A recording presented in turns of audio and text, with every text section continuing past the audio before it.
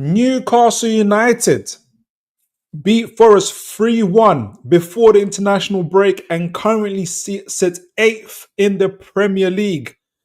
We want to ask how Newcastle's season is doing and is the fight for Europe still on? Find out here on Toon Tactics TV, folks.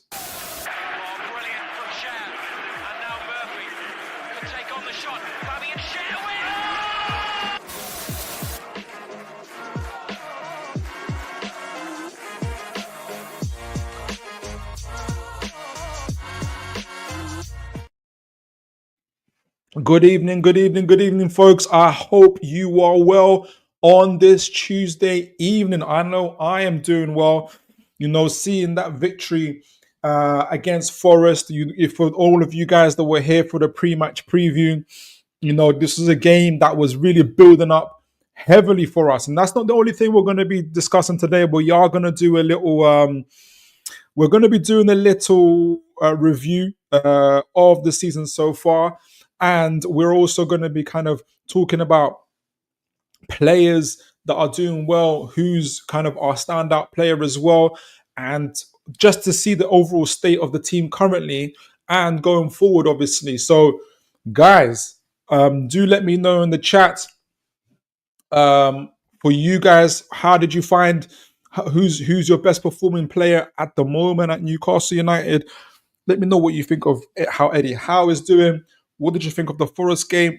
We're going to be discussing all these things and more. And I wanted to just also to, like I said, we're going to do a review of the Nottingham Forest game. I wanted to first say I wanted to discuss other news as well, but my X account has been suspended, which is annoying. I have no idea why, but hopefully I've asked him to kind of sort out for me. I promise I wasn't saying anything crazy on it, but just football stuff. So hopefully it's just a misunderstanding. We'll get it sorted out. But Nottingham Forest. I'm going to kick off Nottingham Forest before we do the stuff on kind of the season review. We've got a good evening here from Aaron Cave. Aaron, good to see you, sir. I hope you're having a great evening. Thank you for joining me. And yeah, let me know what did you think of the Forest game itself? And who was your standout performers in that game? So guys, I hope you guys are liking the layout as well. I'm trying to sprucing up the studio a little bit, and you're going to see a lot more kind of animated stuff in the studio as well. So I hope you guys like it as well. And like I said, even if you're not able to sit up and watch because you're doing something, maybe you're cleaning the house, maybe you're doing something else, maybe then hopefully with the new mic and the sound, you can do it without any issues as well. So I do hope you guys are enjoying some of the improvements that we're making around here. So still in the fight, and that's obviously the kind of the overall theme of the show. Nottingham Forest. I want to talk about the Nottingham Forest game before, because it does seep into our season in itself. We were building up into this game the first 5 games of the season, Newcastle weren't necessarily performing very well, but we were getting the results. We were winning games. Then the next, 3 or 4 games or whatnot, we were performing well, but we weren't getting the results. And then finally, the last 3 games, I think the last 3 or 4 games after that, the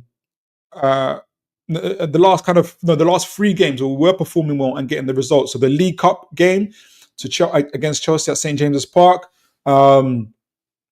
which won 2-0. Great performance, great result. And obviously the Arsenal game that followed up at St James's Park, 1-0 against Arsenal. Great performance, great result again. And then finally, the crescendo. Not only was it a great performance, in my view, against Nottingham Forest and a great result, but it was a great away performance as well, which added to it. For me personally, it was especially points-wise where we were heading. Obviously, we're 8th now, but we're 1 point behind 3rd and 4th place in Arsenal and Chelsea. Now, this is how tight it is in the league. And it was very, very important, very, very important that Newcastle got some points. And they managed to get all 3 points against Nottingham Forest. And we did it. We did it. And we were very, very good money for it as well. And here's the reason why. I think the main theme I want to break out from that game, before I get into it, actually, I got a comment here from Aaron. Standout performance for me was Joe Linton. Yeah, he was brilliant. He was a monster wherever he was put. Joe, whatever position you could play, I'm thinking you could play him goalkeeper and he'll do a good job. Joe Willock also deserves some. He was amazing, yeah. Joe Willock also deserves some praise since he's come back. You see the energy he brings, helping link our attacks exactly, and he's such a dynamic player. And if you're Harvey Barnes, you kind of can see what Eddie Howe wants from his left wing forwards. And I know that Joe Willock interchanges a lot with Joe Linton for him, but you need that running, and he did that in the game as well. Harvey Barnes. We're going to get onto him in a moment. But great call on Joe Linton, and he scored a fantastic goal.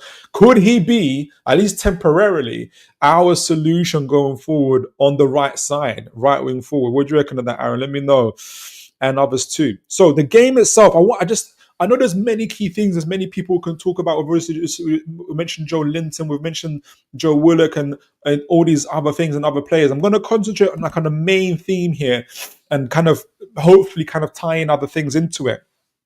And what I noticed anyway, and that was that in that first half, Newcastle really, really focused on the possession side of things.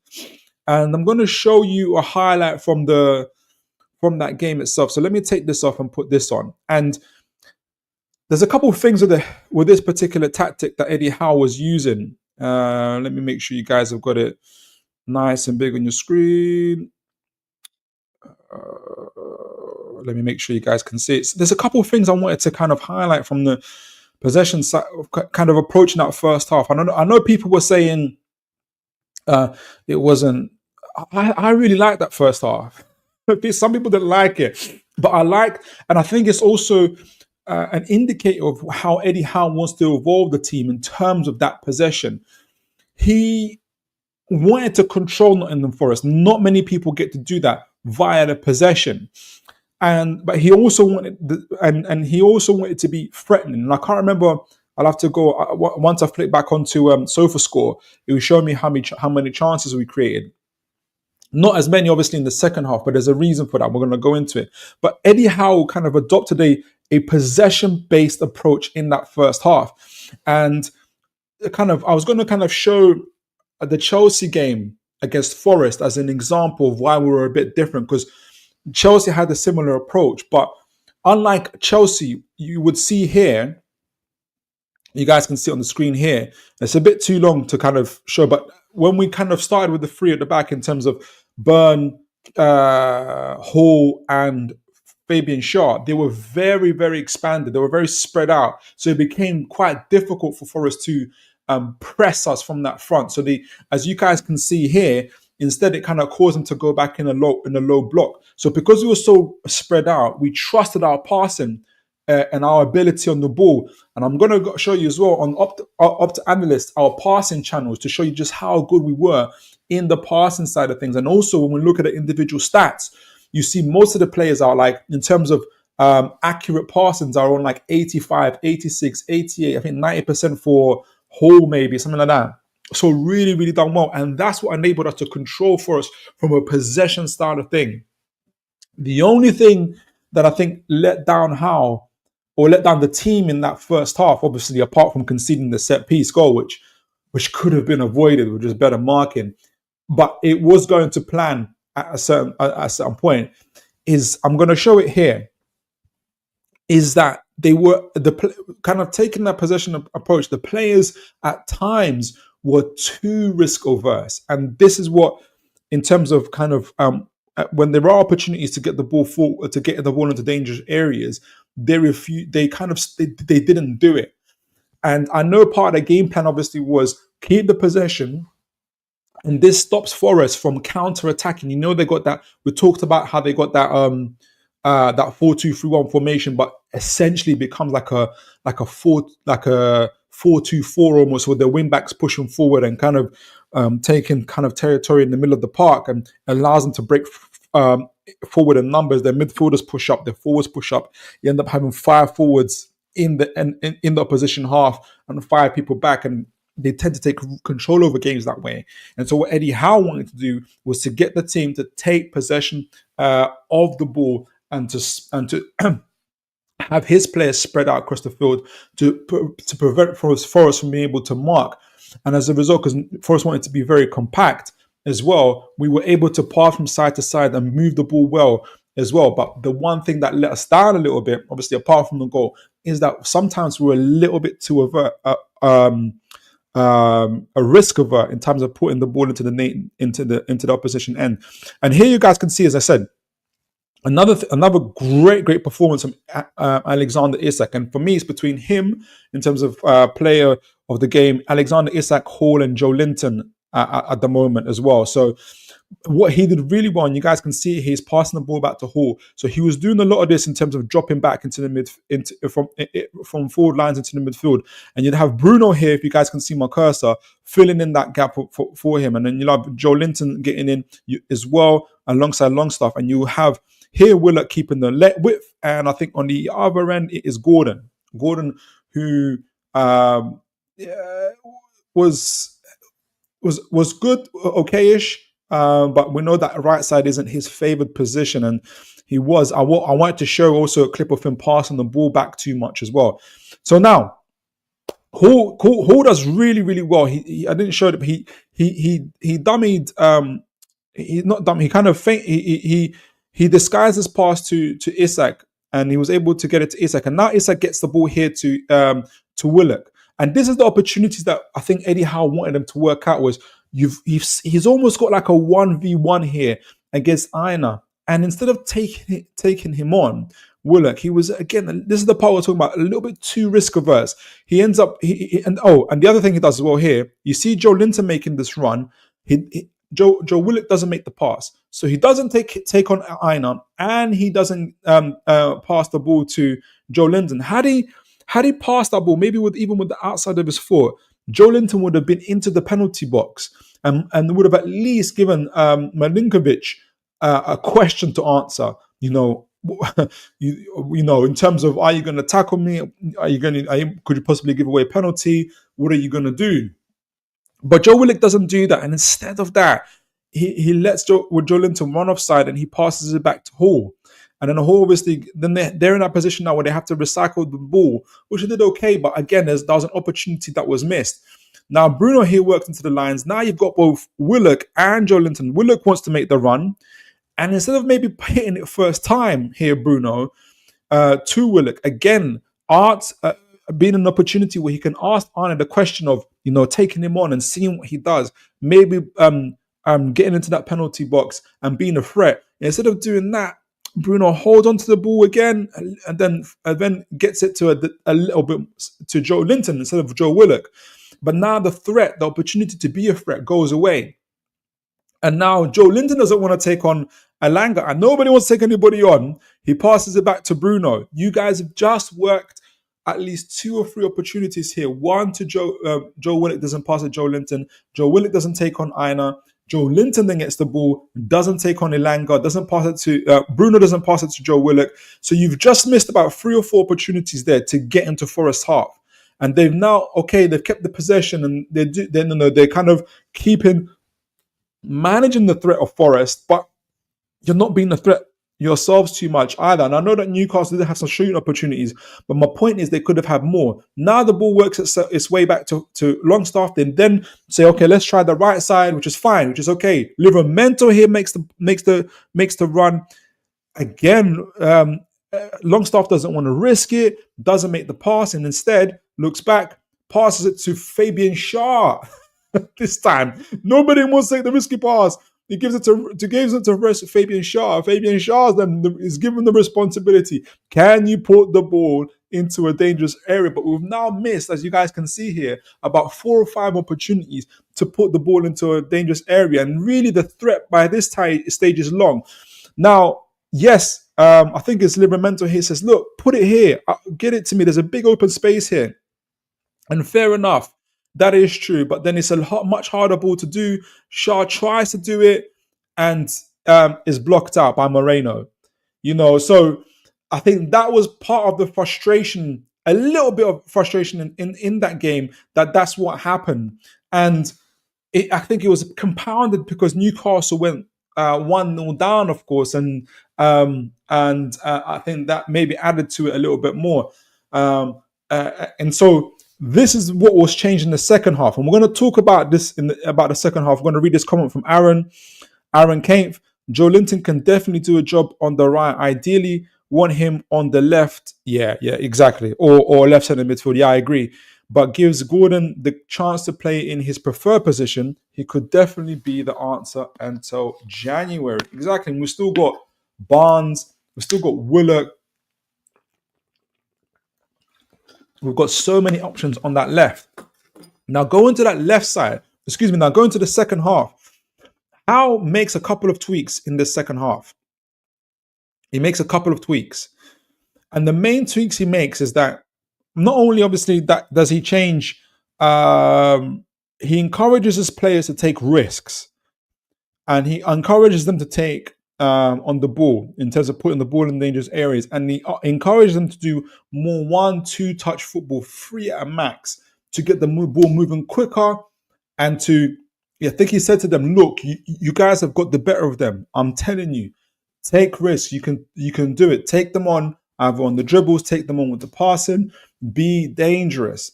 And he also tweaked, he put Gordon on the left this time, and he put Joe Linton on the right. So this time, where Gordon was against Moreno, he now was against Aina, and this caused Aina a lot of problems. We'll see this in the second half. And he put Joe Linton, his physicality, against Moreno, who's slightly smaller than Aina as well. So he put big old Joe against Moreno, and that sort of worked out for him, especially when Newcastle wanted to hit the ball long and kind of Joe Linton's very, very good in the air, and he was able to take the ball on that way. So let me show you the highlights of this game, kind of just before the goals themselves, which are fantastic, and what changed for Newcastle in doing this, in kind of approaching the way this second half in this way. So let me get this on. Brilliant.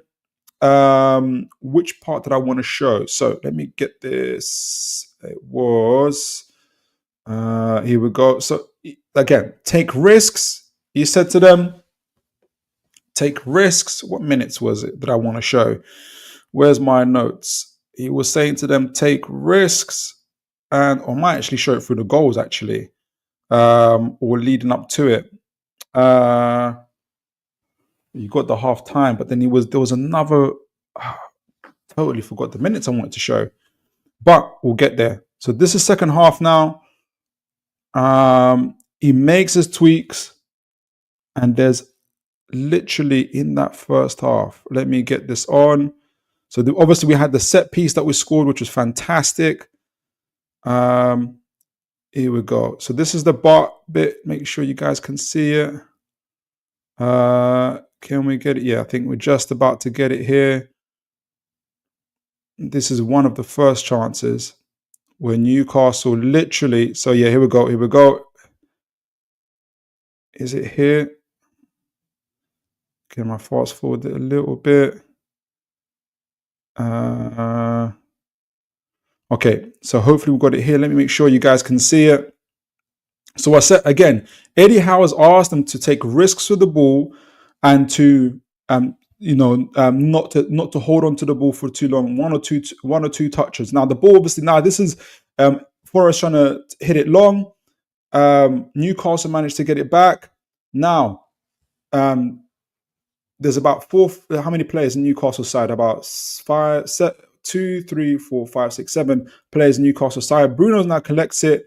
Is this here?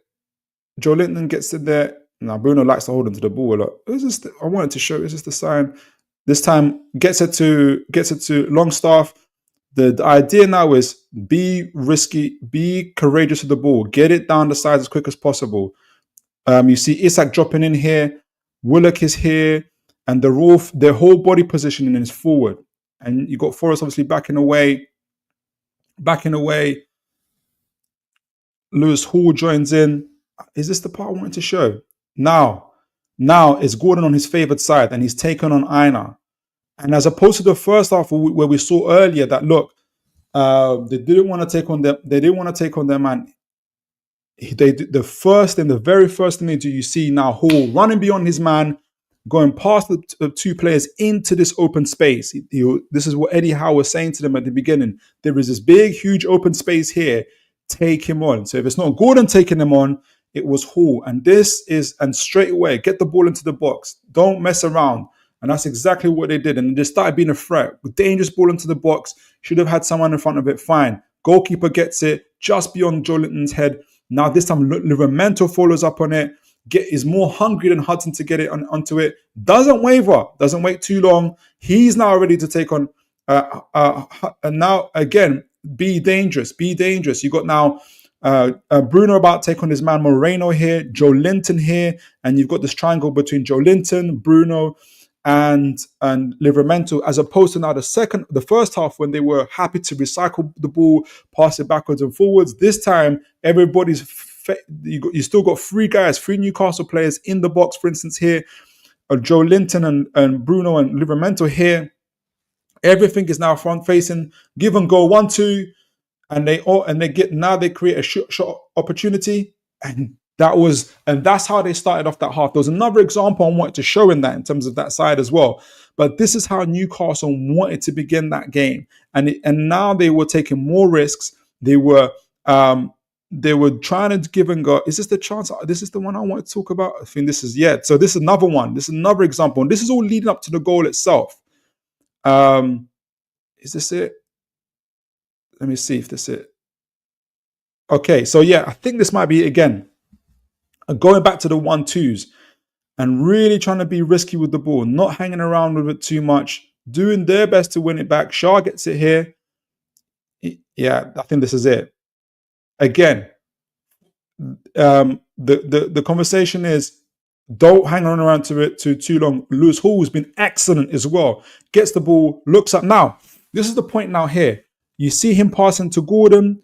You see Willock, who again was excellent. I think Aaron mentioned it in terms of his dynamism in linking the attack.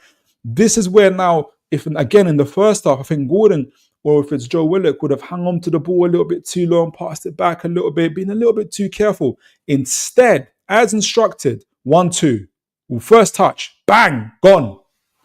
He's gone. And look what happens. They've gone into that space. They've taken out two defenders. Aina, and I don't know who the number 22 is. I forget who that was for Forest. Maybe it's Yates. And now Milinkovic has got Isak running at him, and he's got Willock. Pick your poison. Which one do you want to mark? Everything changes with that one pass. Everything, as opposed to what they were doing before, where they were a bit dwindling now. Now there's a question to ask. What are you going to do? What are you going to do, Milinkovic? What are you going to do? Are you going to come up to me, Willock, and leave Isak free? What are you guys going to do? Now everything changes with this first time one-touch football. Willock obviously ignores the run a little bit here and shoots, but that's okay. The threat is going on, and obviously Joe Williams like, why don't you pass the ball? But the whole face of the team, everything changed by them being more direct, by them being more risky with the passes, and being a lot more and going forward a lot more. And this is why the second half we saw an increase in the chance creations for Newcastle United. And what I loved about that is that again they showed that appetite to they showed actually that ability that they can go that next gear in games as well, which is really, really good to see. And I want to show that, and you can actually see that either with goal 2 or goal 3. Maybe should I go into goal 3? I'll show goal 3, because goal 3 puts all of that together, because now obviously Newcastle are 2-1 up, and it forces Nottingham Forest to press us. And then that third goal, well, the second goal as well, actually. Should I show the second goal? Okay, let me start with goal 2. After the set piece, which is a great goal that we scored as well, let me go goal 2. Because it puts all of that together in terms of what Newcastle did, and that is to be active and be direct. They've gone from a possession, really kind of passing style, to now a lot more direct, taking risks, getting the ball into dangerous areas, and being a lot more direct with the ball going forward. So let me show that goal 2. Obviously, by this time now, Forest are in a situation after that set piece goal was scored. Forest were in a situation where, look, if we defend, if we just do a low blocks, these guys are going to swamp us, and it's going to be very difficult. So by this stage, they decided to press Newcastle. But the problem with pressing Newcastle is that Newcastle are quite good at playing out the press. And if you're not quick enough, if you're not fast enough, if you're not intense enough, they will hurt you. And that's exactly what happened. And now this is the second goal that leads up to that. Again, we're talking about that direct play and not being where this is again starts with Lewis Hall. In fact, the next two goals are involving Lewis Hall and Tonali, by the way, which is another great partnership. Now, remember, this is the first. Let me make sure you guys can see this. Can you guys see this? Yeah, you can. Guys, let me know in the comments what you guys are thinking about this. Now, remember, this is all in our half now. This is the first half. We're surrounded by, at this stage, 5 Forest players, which is their style of play. They want to play, they want to press, they want to do all of that, and they want to press Newcastle. This is Hall about to pass it to Burn. Obviously, you've got Tonali, you got Sean Longstaff here. There's an open space now behind these Forest players, behind Wood and behind, I don't know if it's Morgan Gibbs-White.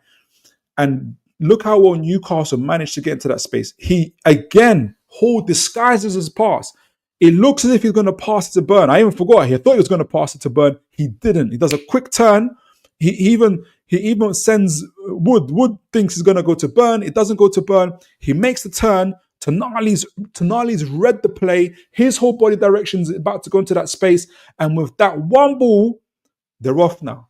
They're off. He's off into that clear space. There's nobody there now. They've broken the press. It's Elliot Anderson. They've broken the press. Remember, after those 5 players, Forest don't have anybody. Well, they've got now this guy trying to press Joe Linton. Again, one pass from Tonali. He doesn't dwell on the ball. Gets it to Bruno. I don't know who this defender is. He went Bruno too hard. He doesn't get the ball. Bruno falls over. Tonali goes ahead. I think goalkeeper plays it on. Again, huge space now for Newcastle. They've broken the press. They've gone past 5-6 Forest players with about 2 passes now, and the space is open. Now you've got the situation now where Gordon is up against Aina. Aina doesn't want that problem. He doesn't want that run. I've got a player, not in for Forest player, trying to track down, and now Isak comes into the fore, and now this is a big problem for Forest. Now it's a big problem for Forest. What do they do? Who do they get it off to? Tonali, the king of good decision making, gets it off to Isak. Isak has been doing incredible link-up play throughout this game. 1 touch, 2 touch, 3 touch, passes it quick. Now, to who? To Joe Linton, who's on the other side. This break was incredible.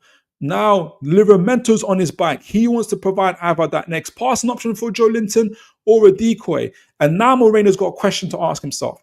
Do I go for the possible pass to Livermento, or does Joe Linton take it on his left foot and shoot? What's the likelihood? He thinks about it. He goes a bit, his body shape just a bit to the left to go for Livermento. And at that exact moment, Joe Linton says, nope, I'm not going there. I'm going here. Gets past Elanga as well, and a lovely curved shot. Incredible.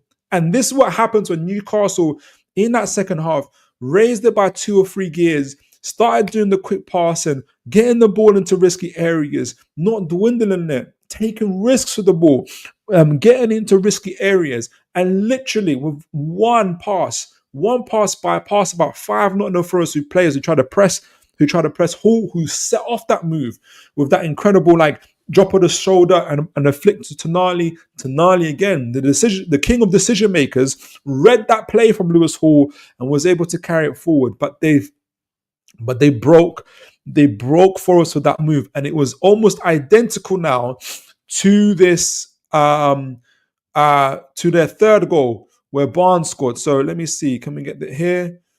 Again on that left side, Hall is involved, Bruno's involved, all our favorite players are involved here. Barnes is here involved. Let me make sure you guys can see that. Again, Newcastle are playing through that press majestically well, absolutely fantastically well. They've changed it up now from that first half. It was a lot more possession based. Try and work it around. Now it's a lot more direct, but now obviously now it's 2-1. Forest have no choice but to press. They're at home. They can't be playing a lot low block and praying that Newcastle don't score. They have to be proactive. And so this is why Forest got 6 Forest players in Newcastle's half. And Newcastle, we've got 4, 5, 6, 7, 7 I can see on the screen, in our half. But look and watch just how well we break through this press. Bruno Silva's on the ball, gets it off it to Lewis Hall. You see Barnes, Tonali, Longstaff. All they're thinking about is getting past these two Forest players and getting into the space behind them. Quick ball to Barnes. The ball goes a little bit behind him. He has to check his run, but look at the awareness. Watch this pass. Bang to Bruno. Now they lose. They've lost those two Forest players, and look, 4 Newcastle players into the space here. Not a Forest player in sight. Bruno has 4 players he can pass on to get this ball off. Gets it. Second touch, which is nice for Bruno. Gets up to Tonali quick. Barnes is on his bike. Isak is on his bike. Tonali's on his bike. Now Milinkovic, I think it's 3-on-2 here. And Elliot Anderson is trying to get back as well. He knows, because he's seen it so many times. We're in trouble here. So who do you go for now if you're Marilla Milinkovic? Is it going to be Isak that's going to get the ball? Is Tonali going to run in the box? Is it going to be Barnes? Because we know what's going to happen here. We know what he's going to be able to do. Elliot Anderson just about manages to get to Tonali, who now gets it to Barnes, but the choice is incredible. Look, he can now. Elliot doesn't know whether he's going to pass it back to Tonali or he's going to go over the shot. Everybody and their mother know that Barnes wants to get it on his right foot, but knowing that and being able to stop that is another thing. Elliot Anderson finally realizes no, he's not going to pass Tonali. He tries to close him down in time, and it doesn't work out. Near post finish, excellent play. And it was a tactical adjustment, small tweaks that made Newcastle win this game in terms of, again, going from that possession style football into a more taking that risk, taking those risks and winning the ball, taking those risks, getting into those spaces, 1 or 2 touch passing. And that's all she wrote. In that second half, Newcastle were absolutely magnificent. And they just upped their levels. And again, when we're talking about the season, for me, this season so far, this was the 11th game of the season, 18 points now. This game kind of encapsulated a lot of the things that were happening for Newcastle going forward with the performances, it being away, the result, the goal scorers. All of our goal scorers were our front 3 players, Joelinton, Barnes, and Isak. Again, now finally coming through. Our forward line was coming through for our defense, and we were very well deserved victors. But guys, what do you think of that? What else? What was it for that game for you? Again, who was your man of the match? What did you think about the adjustments that were made? There were so many good plays. Obviously, Tonali came on, did fantastically well. And I'm going to go to some of the stats on this game as well, before now moving on to the season so far. Let me take this off. Let me know what you guys think. I thought it was a fantastic performance from Newcastle. I thoroughly enjoyed it. Let me know what you guys think. Which goal was the best goal? It's hard for me to even tell. Probably Joelinton's as well. But exceptional play from Newcastle. Absolutely exceptional. And let's look at the stats from this game as well. Before we go into the stats of it overall. Absolutely phenomenal performance. Oliver Simon, buzzing. And so was that, Oliver. Honestly, it was a brilliant performance. Great tactical adjustment from Eddie Howe. And well done to the players for taking it on and taking those risks. Because look, Forest are the team in form. They beat Liverpool at Anfield. They did fantastically well. So, I haven't actually made up my mind on the on the man of the match just yet. But I'm somewhere. Let me know who you guys man of the match was. But for me, I'm stuck between Isak and Hall and Joelinton. I think Hall was he's growing into, what? He's so far, he's proven to be our best left back since Luis Enrique, in my opinion. Maybe, I don't know if anybody can think of a better left back since Luis. I know that we've had obviously in the past, but since Luis Enrique, I think Hall, he's been absolutely phenomenal. Now in this game, let me see if you guys can see that. Yeah, you can see that brilliant. Big Joe, Oliver Simon, Jordan. Big Joe will end up with a. You know what? If we win and he's the captain, well, it'll be Bruno, isn't it? But if he continues on this trajectory, I wouldn't say that's impossible, honestly. So let me see the player stats. I haven't made up my mind for me between Isak, Big Joe, and who was it? Lewis Hall. I just love what Lewis Hall does. Obviously, goals, Barnes, Isak, and Joe. Assist, Tonali came off the bench with the assist, and Isak. But also, it was Gordon with the corner. I know that it bounced off somebody, Forest, but it was for the first time in a while. If anybody knows, we had a decent corner over the penalty spot in the air. Brilliant. Imagine what you guys can do if you get the ball past the first man, guys. That was absolutely phenomenal. In the attack, shots on target. It's interesting because shots on target, Joe Linton, Isak, Barnes, Anthony was very spread out. What was the overall? If you guys can see on the left here, I'm going to zoom in. This is the attacking momentum. Newcastle are in the blue, Forest are in the green, dominated that game, and good. At the points when we were dominating, that's when the goals came, which was absolutely, and really, really, really, really, as you can see where Forest scored, it was against the run of play. It was against the run of play. We were in control of that game, but fine. And if we look at what was our overall kind of situation here, all in all, 1.7 in terms of expected goals, two each in terms of chances created, 17 shots to us.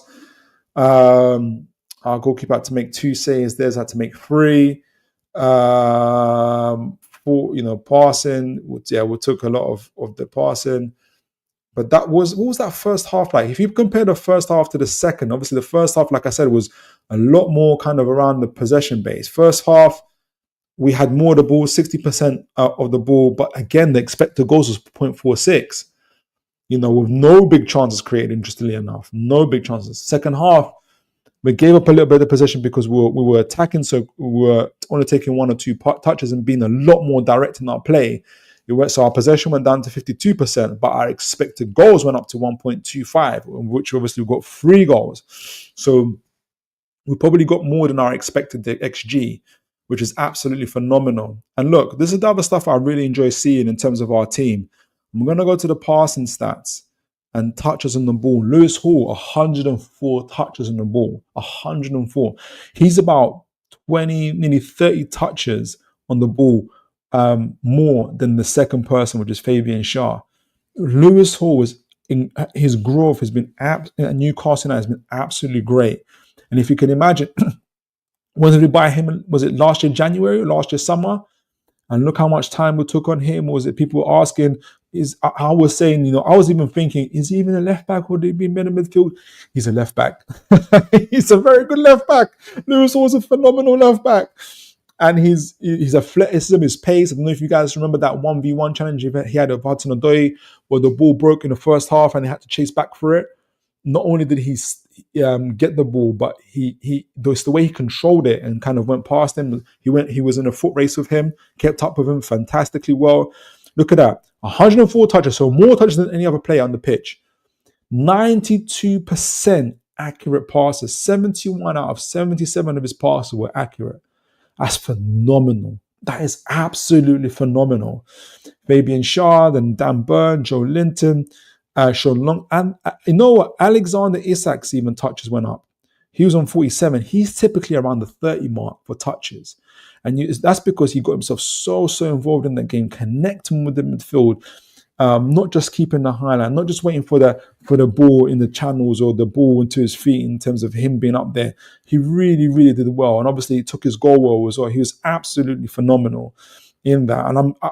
And and then Jules, I thought it was absolutely fantastic. Joe Linton and the Jules, obviously number 1 for the Jules. Isak after that. Who won the more ground Jules here? Bruno. Of course, Bruno wins them all. He's up there all the time. 5-14. Joe Linton, 6-10. And then Isak and then Sean Longstaff. Man, guys, I won't lie to you. I'm really stuck on who to give the man of the match to. Somebody help me out. I'm really, really stuck on who to give the man of the match to. Who do I give the man of the match to? My word. I'm going to give it. Sheesh. I don't know who to give the man of the match to, guys. Who would you give? It's such a good position to be in when you don't know who to give the man of the match to. Okay, I'll give it to Joe Linton. I'll give it to Joe Linton just because not only did he score, but his overall physical presence, his passing was exceptional, as we can see from this as well. Accurate passing. He got himself on the ball, 68 touches, 81% passing. But also from being able to play the right position just as good as the left, and just again adding to that attacking outlet for us, he done phenomenally well. Absolutely phenomenally well. I was really, really proud to see that. Well done to him. Well done to him. For me, it's Joe Linton. Let me know who it is for you guys. Aaron Kempf. Got a shout out to Jetro Williams. What a player he was for. Oh yeah, left back. He was. What could have been had he not got injured? Would we have renewed his loan? You know what? That's a good call. Jetro Williams. And who else was it here? Did I miss someone out? I feel like I did. Yes, Oliver Simon. First half Willock. Yeah, second half Big Joe. That's a good call. That's a good call. I would love to give it to Lewis Hall as well. Again, another phenomenal performance. But yeah, Joe Linton overall. So that was the game. That was the Forest game. That was the review of the Forest game. Guys, I want to review now our season so far. 11 games in, and I got a question to ask all of you folks, all of the folks that are here. Newcastle United, is the fight for Europe still on? So let's see, first of all, where are we in the table? What is going on the table before we kind of break down player performances, the team performances, and see where we're at. How do I get there? Football, Premier League. Again, I don't. Do you guys think, in terms of Eddie Howe, do you think, and the team actually, do you think has the international break come at a good time? Or could we have done continuing on the momentum? We've got West Ham at home. West Ham who are in a very poor, very, very poor form. And with the way we're playing home and away now, our performances matching up with our results, that would have been a great game to just go into straight away. I know they wouldn't have fancied it. They definitely wouldn't have fancied it. And so I would have loved to have gone into it. But in that second half, in that international break, we do have players coming back. I know we're here all the time, but Callum Wilson is due back. And obviously also we've got Mr. Trippier coming back towards. So look, in the league, obviously Liverpool number 1, we are in 8th position with, 18 points, 5 wins, 3 draws, and 3 losses with a 2+ goal difference. We've now scored 13 goals and conceded 11, which was better than the 10-10 we had last time, literally 0 average. Like, if it wasn't for this game, if we finished game 0-0, I would have had a lot more kind of I think my overall assessment was like, we're pretty average at the moment in terms of just overall, even though we're performing a little bit better. But I think this game has shown what underlying metrics are beginning to show about Newcastle in terms of our expected goals, our goal creation, our ground duels, our intensity in those games as well. In terms of what I can see in the eye, Newcastle's performances were showing that, look, we can play it better. And this game really epitomized that for me. So we've got 18 points. So do a whole lot of other teams. There's how many teams on 19? 1, 2, 3, 4. 4 teams on 19 points, which include Chelsea, Arsenal, Forest. And how many teams on 18? 1, 2, 3. That includes us, Fulham, and Aston Villa. And then we've got on 16, Tottenham, Brentford. On 15, we have Bournemouth, Man United. And I'm going to give it a break there in terms of West Ham, who are 14th and with 12 points. I think that's perhaps the breaking point there. And look, there's about how many of us now? Like 1, 2, 3, 4, 5, 6, 7, 8, 9, 10, 11 teams within 4 points of each other after 11 games. That's insane. That is absolutely crazy. And Newcastle are in 8th position with West Ham at home. Guys, what is your expectation for Newcastle going forward? And look, let's look at some of our before we go into the teams. And I'm gonna look ahead. Should I look ahead now? Let me look ahead a little bit before we go into the teams. Before we go into our team, what do Newcastle have to look forward to? Obviously, we've got the League Cup quarter final in December against Brentford. That seems a little while away, but these things do come around quick. What are Newcastle United's fixtures? Here we go. Where are you? So yeah, West Ham at home when we come back. 5 days later, obviously we've got Palace at home as well. I've got 2 home games. That's interesting. Is that true? Have we got 2 home games? I've gone up for some reason. All right, so yeah, Palace. Is that true, guys? We've got 2 home games. That's terribly nice. Palace and West Ham at home. That's interesting. Then obviously, and Liverpool, we've got 3 home games. We've got 3 home games. Wow. Which ends with Liverpool. That's going to be if we win those games and then we head into that clash of Liverpool, that is going to be a hell of a game. Then obviously Brentford, then Leicester, fine, and we've got the EFL Cup against Brentford. So we're then, now we're this is now December. We're heading into a really, really busy period. There's no time off in this game, but we've got Ipswich, we've got Villa, we've got Man United, Tottenham, and we've got a bit of an 11-day break before we play Wolves. So, but it gets really, really busy. So now, and I think this is the part we're going to know when Newcastle are at. But where are we? Where are we at the moment? What is our situation? Let's look at it currently in terms of. So this is on FotMob, which kind of obviously rates where Newcastle are on terms of different metrics as well. And yeah, like I said before this game, we're doing very average. 10 goals conceded, 10 goals scored. 4 wins, 3 draws, 3 losses. And so this Nottingham Forest game, like I said, really put together what we saw in the metrics, the underlying metrics, and we're just hoping would happen, which did happen, which is fantastic for us. And so that kind of changed the face of it as well, coming into this game. But before we go into that, we'll read some of the comments. Mighty win. Good to see you, sir. Hope you are doing well. Look at the bench with Trips, Callum and Botman to come back, starting to look like a proper squad indeed. Especially immediately after this international break, we'll have Callum Wilson and Trips back. And yeah, that's going to be that bench is going to look a lot more healthier because it would have Wilson, Trips. At this rate, Tonali's on the bench, Barnes is on the bench, and it'll be Osola on the bench. Target's back. Target. Who's the other target? And probably a goalkeeper, Vladdy Karmas. Decent. Good to see you, mighty win. Aaron Kane.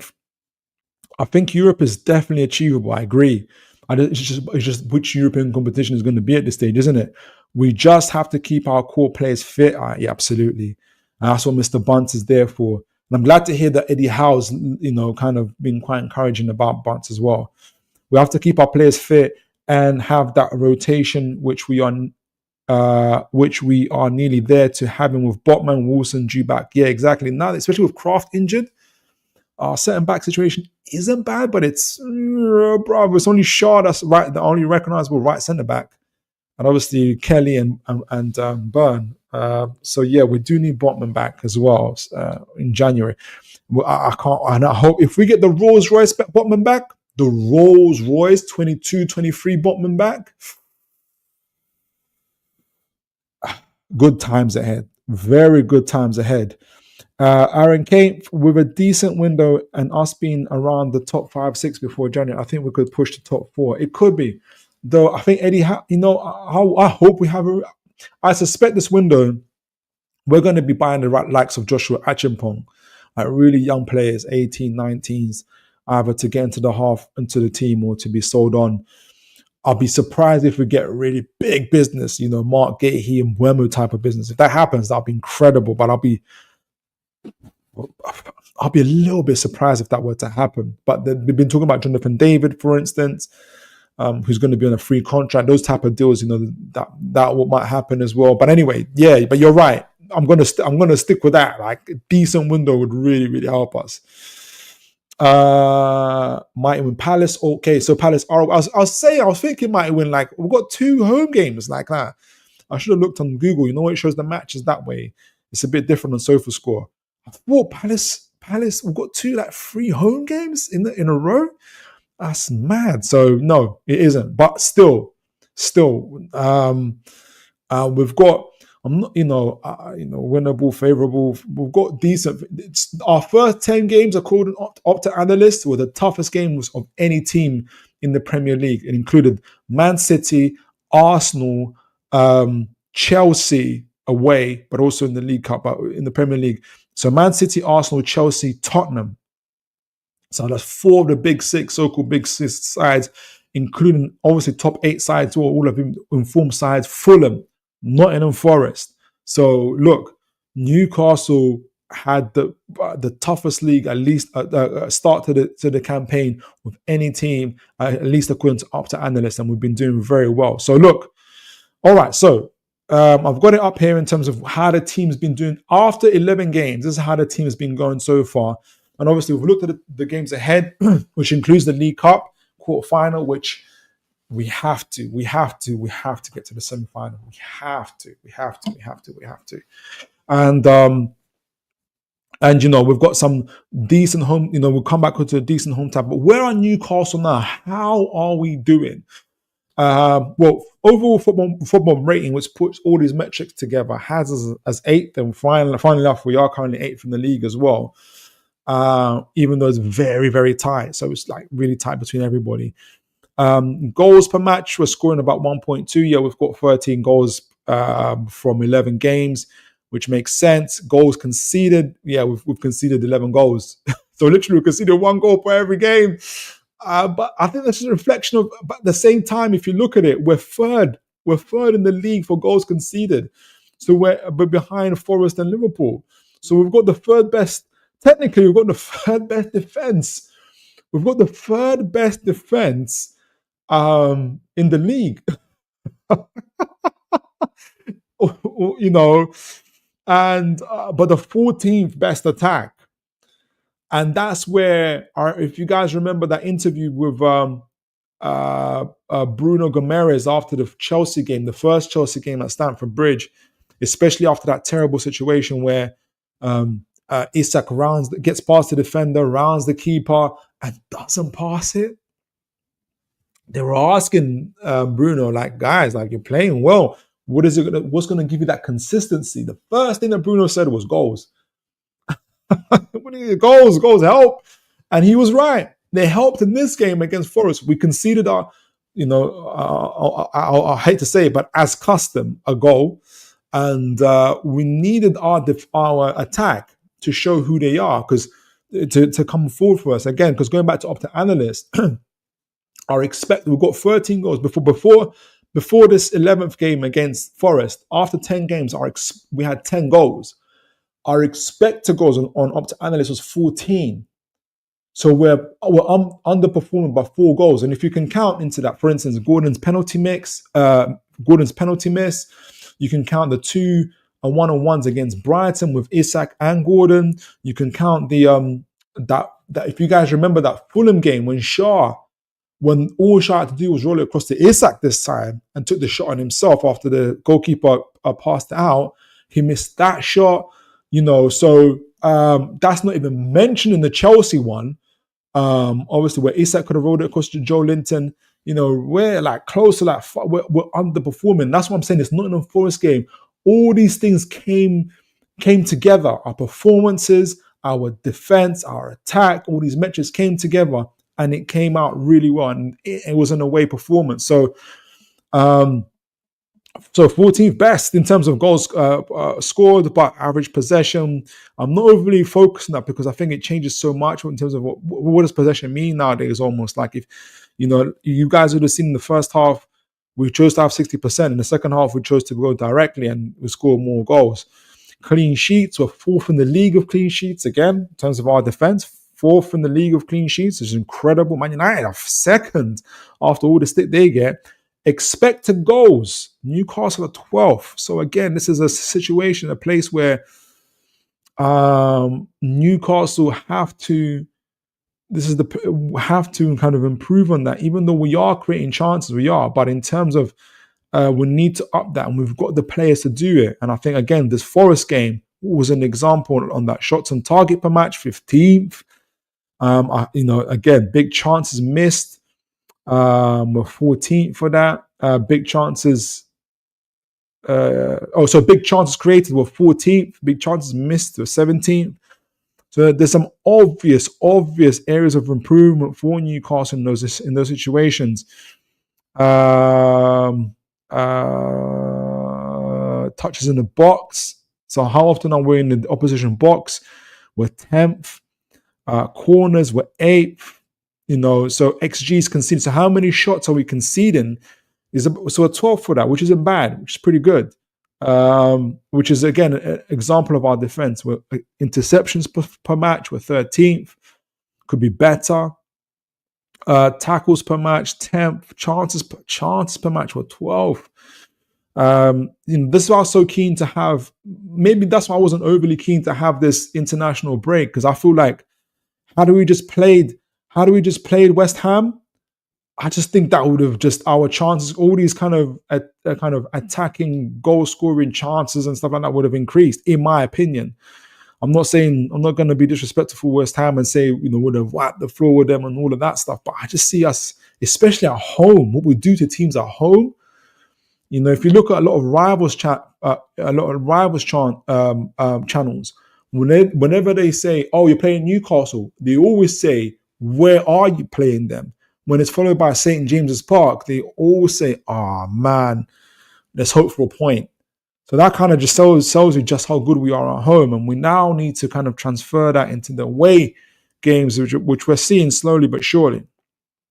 So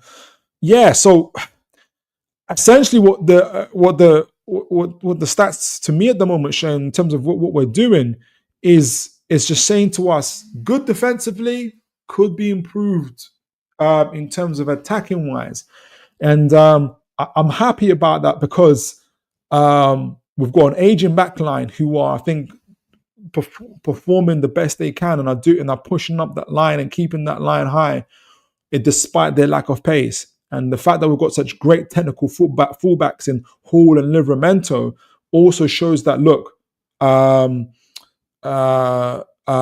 performing well. And now is no opportunity with the front players we've got, Joe Linton, Isak, Gordon, all these guys. We've got Tonali, Barnes. Goodness gracious me, guys. We need to, how long does this need to go on for? We've got the opportunity to really kind of increase that side of our game and do well. So that's, that kind of shows where we're at. So before we're going kind of into individual players and individual performances, let me go into the comments and see where everybody's at. The mighty win. If we don't spend big in January, it proves that PIF are binning Eddie. I don't think they are.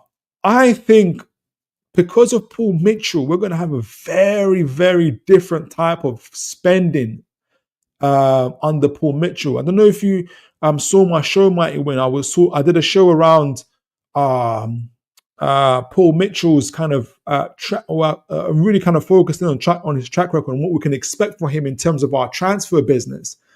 And when you look at his previous club was Monaco, as everybody knows, where he spent 3 years there. The 3 years before, when he wasn't there, Monaco spent around 450 million euros.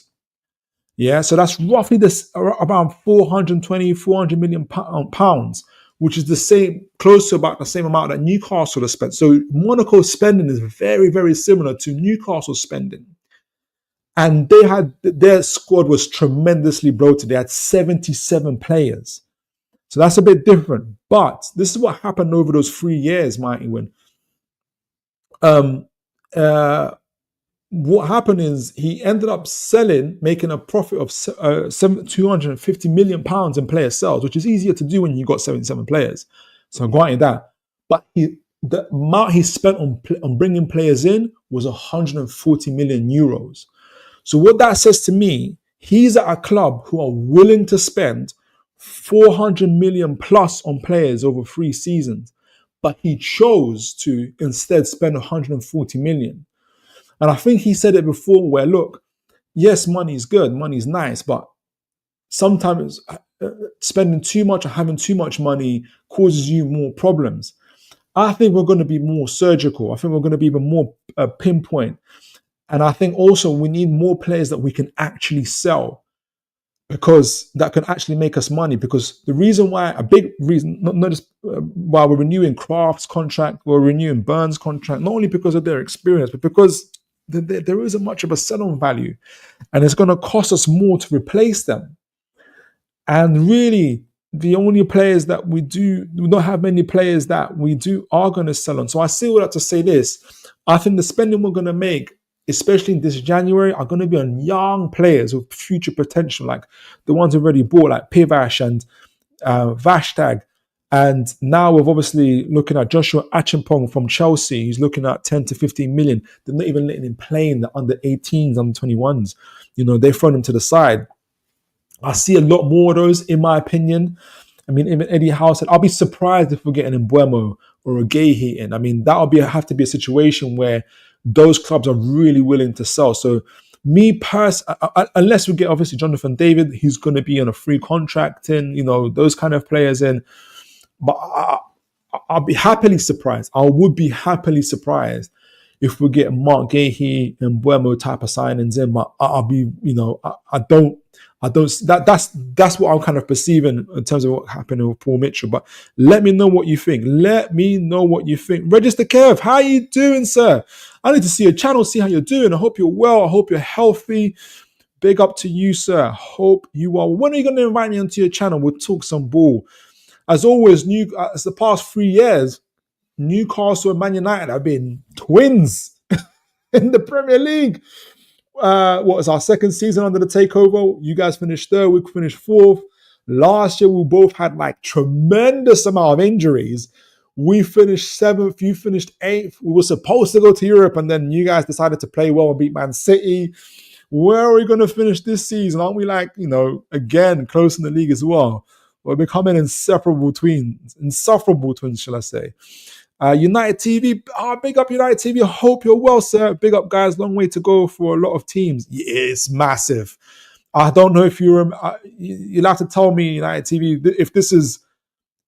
I can't remember the last time we've had it this close. I looked down the table, and it goes down to about maybe 12th position, just above West Ham, who are on 12 points. I kind of did the cutoff there, but then from then it's 15 points. I think you guys are on 15 points. And then from there, up to Arsenal, who are on 19 points of Chelsea, Nottingham Forest. So 4 points separates 12 teams or something like that. It's insane. It's absolutely crazy. Absolutely crazy. That's why I don't understand when people banter each other at the moment where they're saying, oh, how can someone in 8th or 9th talk to me whilst I'm from 4th? Like, there's a point that separates us, it's not that big a deal at the moment. So we all have to, in my opinion, I'm holding off on the banter a little bit. Oliver Simon Jordan, Forest get Forest get battered everywhere they go. Register Kev, Paul Mitchell is good. Glad we got Dan Ashworth though. We'll see how glad you will be.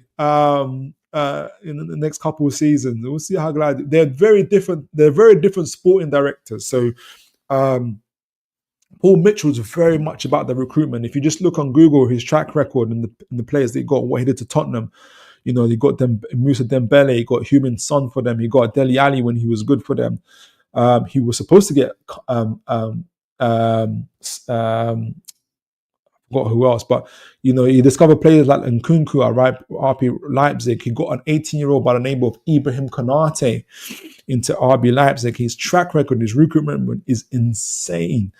Dan Ashraf isn't really a wheeling dealer. He's the guy that he described himself as the spoke in between the wheels. He connects all departments together. So they're very different type of sporting directors. But I hope you guys enjoy him. And but I prefer Paul Mitchell. Big up. Register Kev. I'm well, bro. Unfortunately, I wasn't able to continue the channel for now. Work just been crazy every day. Couldn't juggle both. Nah, I get that. I do get that. If you do get it back online, please do invite me on. It'd be great to chop it up with you, talk some football with you, sir. I'll just invite you on my channel as well. I'll do that, Register, if you're available. United TV, the league is nuts at the moment. It is. Honestly, it is. But I think Man United will start climbing it soon. So let me know. How well do you think you're going to do on the Amorim? Do let me know. That's going to be a conversation. That's going to be incredible. He's a good manager, though, from what I can see. United fan at Register Kev. Yeah. Oliver Simon Jordan, Man United also get battered everywhere they go. It's been true for the last couple of seasons. But our guys are telling us as much as they can that they are due back. They are due back to the summit, to the Premier League summit. So let's see if that happens. Okay, so guys, let's look at our individual players before we wrap up the game. Wrap up the show. You know, like I said, you know, we've talked about the Forest game so far. You know, the first half were a lot more possession based, but a little bit too risk avert. And I think the plan was to control Forest through possession, which we did like 80% of the time, 90% of the time. That 10% was when they scored, which is annoying. But Newcastle Eddie Howe made some tweaks in that second half, put Joe Linton on the right, put Gordon on the left. Players were taking 1, 2, 3 touches on the ball, 1 or 2 touches on the ball, getting the ball as quickly as possible, beating Nottingham Forest press, doing 1, 2 passes, getting shots off, even outside the box, as you guys would have seen, a lot more crosses, just bombarding Forest and getting those goals from set pieces, forcing Forest to come out and press us, and we just played through their press like a knife through butter. It was exceptional play. My favorite game so far this season is that Forest game away. It was an away performance, and all those underlying metrics that we talked about, those cumulative XGs, chance creations, chances missed, all these type of things that don't always get picked up in stats. And married together with our results. And again, I just talked about our striking, our goals that need to improve. 3 of our strikers, or front 3 players in Joe Linton, all scored in Joe Linton, Isak, and Barnes, which is fantastic to see. And seeing those guys come off the bench, brilliant. So that was an incredible game. We've talked about obviously the team now where we're at, defensively doing okay. We don't want to be in a position where literally we are conceding 1 goal every game, but we're like, again, 3rd best defense in the league so far with 11 goals conceded, kind of keeping chances created against us to a minimum, but we can always improve on that. But in terms of chances, big chances created, shots on target, all those type of things, that's where Newcastle really, really need to improve. And I think this Nottingham Forest game was from Chelsea onwards, actually, the Chelsea game, the league game was the start of that. Now going into Arsenal, will be Arsenal, then we beat obviously Forest away. All these big teams in form, big teams as well as teams in form. All these things are now coming together for Newcastle United. That's why I personally didn't want the international break to start. We've got West Ham at home. And with all due respect to West Ham at the moment, they are not playing well, and they are not with us in terms of we're the totally wrong team for them to play at this moment in time. In my opinion, I just would have loved that game. So, guys, tell me, as before we get into the stats for individual players and where everybody's at, tell me who's, after 11 games this season for Newcastle United, who is your player of the season? And we've got a few Man United guys in here as well. Guys, do let me know who's been your player of the season. I would love to know. I would really, really love to know from you guys as well. Guys, let me know who's been your player of the season. Let me go read into the comments before we get into the stats for the players. Another Oliver Simon Jordan, another 5-0 coming up. Yes, we do remember those days. And well, Oliver Simon Jordan, we've got rid of Ten Hag, so hopefully not. United TV. Yeah, bro, I'm a United fan. Oh, okay, yeah. Oh, I didn't know you guys didn't know each other. Guys, you guys should link up. Remember the reverse fixture that season, Oliver Simon Jordan? We still ended up champions. You did. Ian Wan smashing in the equalizer for Forest. I remember it well. United TV. How important is it for Newcastle to win something? Very important. If I was more specific to your question, is how important is it for Eddie Howe to win something, for instance, this year? Like, is he under pressure to win something this year? For me personally, my expectations for Eddie Howe this year are to have somewhere between 64 to 68 points total. And considering the first season of him taking over, we finished on 49th. The second season, we had an extraordinary point swing of 25 points. We finished on 71 points. I wasn't expecting that again to happen, but it was incredible. The third season, obviously, was 60 points with all the injuries. And so for me, I think that balances out now with the squad and everything else. I think 64 to 68 points. So that's my kind of expectation of him. And I'm expecting to be somewhere in the semi-finals and finals of cup competitions, where obviously we're already in the quarterfinals. It will be great to win something. I don't think he's at that stage just yet. So I don't think this, for me personally, so I don't think he's at the stage where, for instance, of a Mikel Arteta, where you can see Newcastle are still about maybe 3 to 4 players behind. So our goalkeeper, a right centre-back, a right wing forward, and I can't remember the fourth position, but we're kind of about 3, maybe 4 position. I'll be generous, I'll say 3 players behind, where I start saying, if we keep all of our blue chip players, which we're nearly done, we've got Bruno on a new contract, Gordon on a new contract, Joe Linton on a new contract, Barnes still got a way to go, Isak's still got 3-4 years left. So, if we get those 3 players, for instance, and we're another season in and we're no closer to kind of win anything, I think that's when he's in trouble. So for me, he's still got room. There's still a lot of room for Newcastle to improve. But definitely, but if we were to win something, a League Cup this season, that would be a tremendous boost.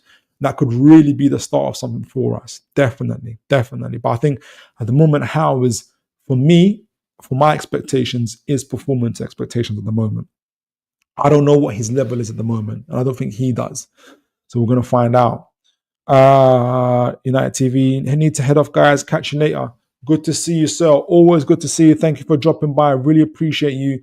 Hope you are well. And when we do play, I'll be happy to do a pre-match preview. Register Kev, Mazraoui contender for player of the season already. Ahmad, very good too. Mazraoui, I saw the game against Chelsea, and I saw another game that you could play in. Really, really good. Really good player. Really good quality player. Yes, Register Kev and Oliver Simon Jordan. Is 68 points enough to win the league this year? It might be. At the rate it's going at the moment, goodness me, it might be. Now I think it'll probably. I think the team that gets to a region of 80, 85 points will probably win it. Definitely, for sure. And anybody who's on, I think anybody who's on 67 points plus, 68 points plus. Is another big shout of making it to the Champions League, in my opinion. All right, so let me round off finally on the players themselves. Newcastle United, let me see if you guys can see that. Yes, you can. Right, so top scorers so far, Alex, does that include assists? I forget. Yes, it says the top goal scorers, but I don't think it. Okay, goals. Okay, so yeah, goals. Top goal scorers, Isak and Barnes with 4 goals, but I want to jump to goals and assists with Isak with 6 goals and assists, doing really, really well this season after a slowish start. Harvey Barnes with 5 goals after spending most of it on the bench. Fantastic for him with Anthony Gordon on 3 assists. Jacob Murphy's got 2 assists. I can't even remember that. When did he pull that off? Goodness gracious. Isak's got 2 assists.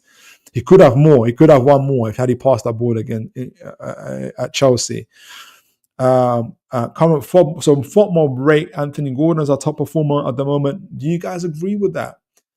Nick Pope, then it's Nick Pope, and then it's Lewis Hall. Who else do they rate? Who's in their top 5? Let me see. So Anthony Gordon, Nick Pope, Lewis Hall, Alexander Isak 4th, Harvey Barnes 5th, Bruno 6th. Bro, I would have Joe Linton 7th. He's already got 2 player of the matches. Hall's got 1. Nick Pope's got 1. Man, I would have had Nick Pope's had a good game. I would keep Nick Pope there. Lewis Hall, okay. I would have put Joe Linton and Bruno a little bit higher, and Anthony Gordon just a little bit lower, but maybe I'm missing something. You guys let me know, where would you guys place this? Where would you have who would be your top 5 Newcastle performers at the moment? For me, I would have Joe Linton. No, I would have Bruno, Nick Pope, Joe Linton, Lewis Hall, and you know what? Alexander Isak. I'll put Alexander Isak. That'll be my top 5. Who would be you guys' top 5? So like I said, I'll have Bruno first, Nick Pope second, Joe Linton third, Lewis Hall 4th, and Alexander Isak 5th. That would be for me. Who would be you guys' top 5? All right, so goals per 90. Harvey Barnes has been fantastic for us, 0.73. He's been excellent for the games that he's played so far. XG, so shots per 90. Alexander Isak, obviously. Barnes. All those can be raised a little bit. Expected goals on target, 4.5. So at the moment, how many goals does he have? Alexander he has 4. So he's 4.5 overperforming a lot. He's underperforming really a little bit by 0.5. He could still get another goal really. So there's a lot more to come from Isak. There really is. Harvey Barnes has got 4 goals as well, 3.1. So he's overperforming a little bit. Anthony Gordon's on 3.1. How many goals has he got? He's got 1. So he should have at least 3. He missed obviously that penalty against Everton. He missed that 1-on-1 against Brighton. Again, so like I said, Newcastle about 4 or 5 goals overall underperforming. And imagine if we got an equaliser against Brighton, if we finished that penalty against Everton, and when it was at 2-1 at Fulham, we put it back to 2-2. We could have 5 points. I'll let Fulham alone because we were horrible in that game. We didn't deserve it. So we could have at least have 4 points from Everton and the Brighton game. We would be sitting in with 22 points. So I just got this feeling that we've got another gear to go. We've got, it's coming together. I keep going back to it. I did not want the international break. I did not want the international break to come on. But let me know what you guys think. Who's your top 5 performance so far? Big chances created. Anthony Gordon leads the way, together with Barnes, together with Joseph Willock. So, it's good to see that. So those are our chief creators at the moment. Gordon, Barnes, Willock, Lewis Hall from left back. Alexander Isak's got 2 assists already as well, 2, and chances created. Fantastic. So, it's spreading across. I just feel like we're about to. I just got this feeling that we're getting into the groove a little bit more. Chances created, 23 from, goodness me.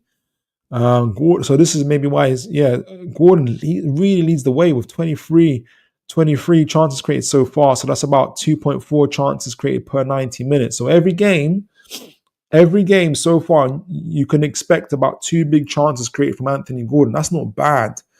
Lewis Hall, then after that is Lewis Hall again down that left side with 13 chances created, 1.5 per game, and again down that left side, Joseph Willock with 11 chances created so far this season. So that about chance created per 90, about 3.0. And again down that left side, Joe Linton.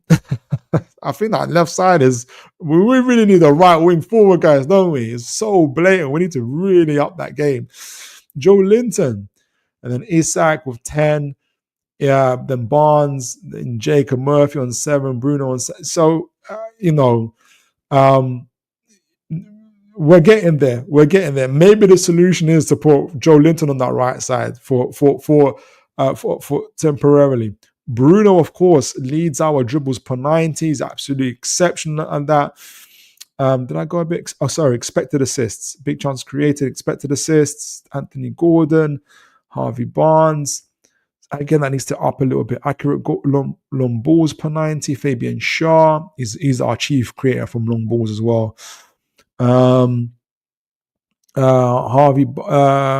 XG plus XA. So assists and goals per 90. Harvey Barnes 0.69. Successful dribbles, Bruno.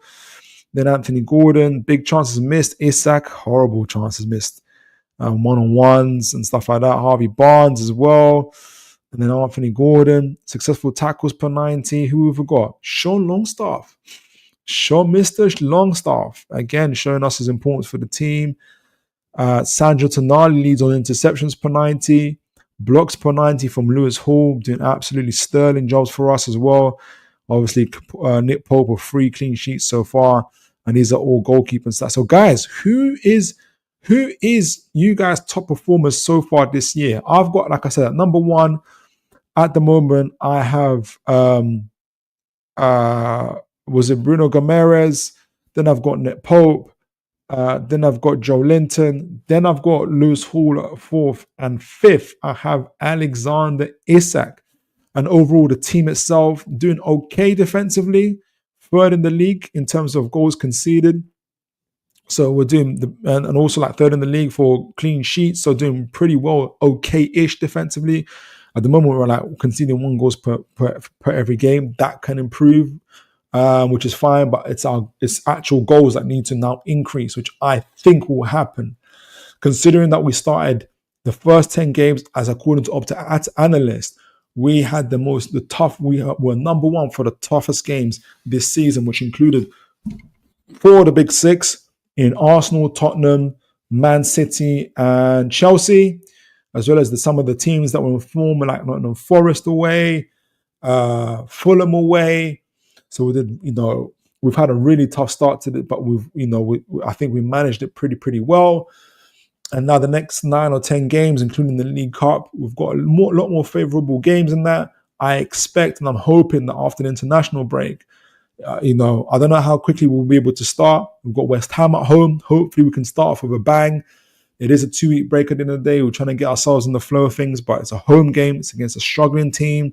And hopefully that will set us off in terms of kind of really, really pushing on. So I'm really, really looking forward to that. But guys, you guys let me know who are your top performers as we wrap this show up. So in conclusion, we talked about the Forest game. Great game for Newcastle. It put together all of our metrics that we've been talking about in terms of cumulative chances, chances created, but our performances haven't always married with our results. Whereas obviously the first 4 or 5 games where you can argue we've been getting away a little bit, our performances haven't been that good, but we were winning games, where obviously the next 3-4 games where our performances really were good, but we were not getting the results. The last 3 games, and particularly Chelsea in the League Cup, we beat them, perform well, beat them. Arsenal at home, perform well, we beat them. And now we're Nottingham Forest away, an away win against Forest where we beat them really, really well. Really, really well. My favourite game of the season so far. Again, shows Newcastle in an upward trajectory. For me, the international break has come at a little bit of a wrong time. But the upside is we're going to get Trippier back. The rumour is we're going to get Wilson back. It'll be good to see him on the bench. Goodness gracious. That'll give us a bench of Wilson. At this rate, in terms of who the starting 11 out, we'll have Wilson on the bench. We'd have Barnes on the bench. We'd have Tonali on the bench. We'd have Usola on the bench. We'd have Kieran Trippier on the bench. We'd have Matt Target on the bench. We would have probably Vlade Kamos as a goalkeeper on the bench. As an 8th player, I always forget who it is. But the bench overall is looking a lot more stronger, a lot more depth to it. We've got a good couple of game changers in there as well, which is going to be incredible going into these next games. Also, there's a lot to look forward to for Newcastle United. Like I said, defensively, we've been doing okay, could do better, but it's offensively where I'm really, really hoping that Newcastle will hopefully more than double the current goal rate, which is they've got 13 goals, and I'm hoping in the next 10 games that we can say double is a bit high, but maybe get 10 to 15, get 15, 20 more goals. That would be really, really good for Newcastle. My player, best performing player so far, Bruno at number 1, Pope at number 2, Joe Linton at number 3, Howe at number 4, and Alexander Isak at number 5. And so that's my conclusion on the team. A lot to look forward to, including the League Cup. My expectation is to get through against Brentford at home at St. James's Park, is for us to get through against Brentford. And there's just so much to look forward to. So much to look forward to. A lot of games. It's going to be crazy. We're 8th, but we're 1 point behind 3rd place Arsenal. So it just shows you how manic it is. So yeah, before I wrap it up, got comments here from folks giving me their players of the season so far. Crown Jewels, Mighty Win, Crown Jewels, J7, 100%, Hall, 100%, Gordon, 100%, Tonali, Bruno, Gordon, Isak, 100% agree with all of that. Nice one, Mighty Win. Oliver Simon Jordan, remember Miley, that's it. That's my 8th player that's supposed to be on the bench. It's Mr. Miley. Oh, I didn't even get the chance. I didn't get a chance because I was thinking about this today. I was thinking about Joshua Achimpong, and you're thinking about Joshua Achimpong. Why are you thinking about Lewis Miley? Well, I was thinking about the transfer window, and I was thinking, if you're Joshua Achimpong, you're seeing 3 young Newcastle players who weren't playing for England, who weren't playing necessarily first team. Not Gordon's a bit different for their teams, in Hall, Livramento, and Gordon. They're all playing for England. They're all first teamers now also for Newcastle United. You're then seeing if Lewis Miley hadn't got his injury, he would have had a lot more games this season. It would have been difficult with Tonali back, but he was ahead of the queue for compared to Sean Longstaff. So I think it would be him now playing instead of Sean Longstaff had he stayed fit and sharp and ready. Obviously, it's not his fault that he was injured. But had that been the case, that's what Lewis Miley would have been. So if you're Joshua Achimpong, if you're a young elite player that Newcastle are talking to, you can point them in the direction of Lewis Hall. You can point them in the direction of Livramento. You can point them in the direction of Lewis Miley, who's played in the Champions League against Kylian Mbappe, to show that Newcastle are serious about bringing in and developing young talent, and really as a team overall. So Lewis Miley, and I know that I want to see him play. I certainly think he's the future.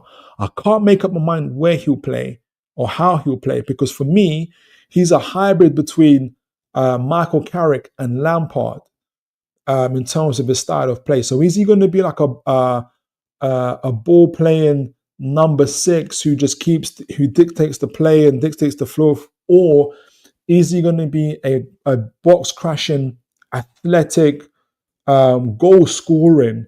Lampard was scoring 20 goals a season. Is that going to be Lewis Miley, kind of not necessarily scoring 20 goals a season, but being that type of midfielder in a sense. I'm so interested to see how it's going to develop. And the good thing for us as a club might not necessarily be for Miley is that, he's probably third choice at the moment. And for his age, he gets time to, as opposed to last season when we had to play him because we had nobody else and he was just being stretched and he was, that really hurt him. Now we get to bring him in nice and slowly into different games, build up his minutes and everything else because he's got really good players ahead of him. So Lewis Miley, yes, he'll be adding to that bench. And I just think we're just getting better. I think we're 2-3 players away, as I mentioned earlier, from being really, really amazing. We still need that right wing forward. The fact that all of our chances created are created, big chance created, the majority of them, as we saw, are on the left side of the pitch between Joe Linton, Gordon, Willock, Lewis Hall. Lets you know just how much we need that right side to be fixed. So there's a lot to look forward to for this team, in my opinion. And Eddie Howe, where would you guys? I didn't rate. I'm in the conclusion part now, but I didn't get to rate Eddie Howe. And I want to say this about Eddie Howe. I don't get, since having, especially starting streaming and kind of doing content and kind of doing match reactions. Obviously, I had to focus even more on, if I'm going to being able to watch the game's second part back and just seeing how Eddie Howe sets up the team, seeing the little tactical changes and just seeing how he's managing the team. Remember, this has been a rough start for Newcastle. And, a second window with no transfers, Amanda Stavely and Murda Gadusi situation, Paul Mitchell coming in, people just, the news going mad now, obviously Alexander Isak, Kieran Trippier taking his captaincy off him and putting it on Bruno Gomes. He's had to mend a whole load of things. And then he's already evolved the team in terms of the style of play, but not getting Mark Gahey and just that situation kind of, the style of play of how Newcastle are playing. And we just saw it from the Nottingham Forest game when we started the first half, as I mentioned, having that possession-based style of football. And then in the second half, going into second gear, third gear, the quick passes, the quick interchanges, getting the ball into the half spaces, getting the ball into dangerous areas on the flanks, moving it, how we break the press of teams. And it's not just Forest, it's other teams as well. I just think he's an incredible coach, a really good tactician.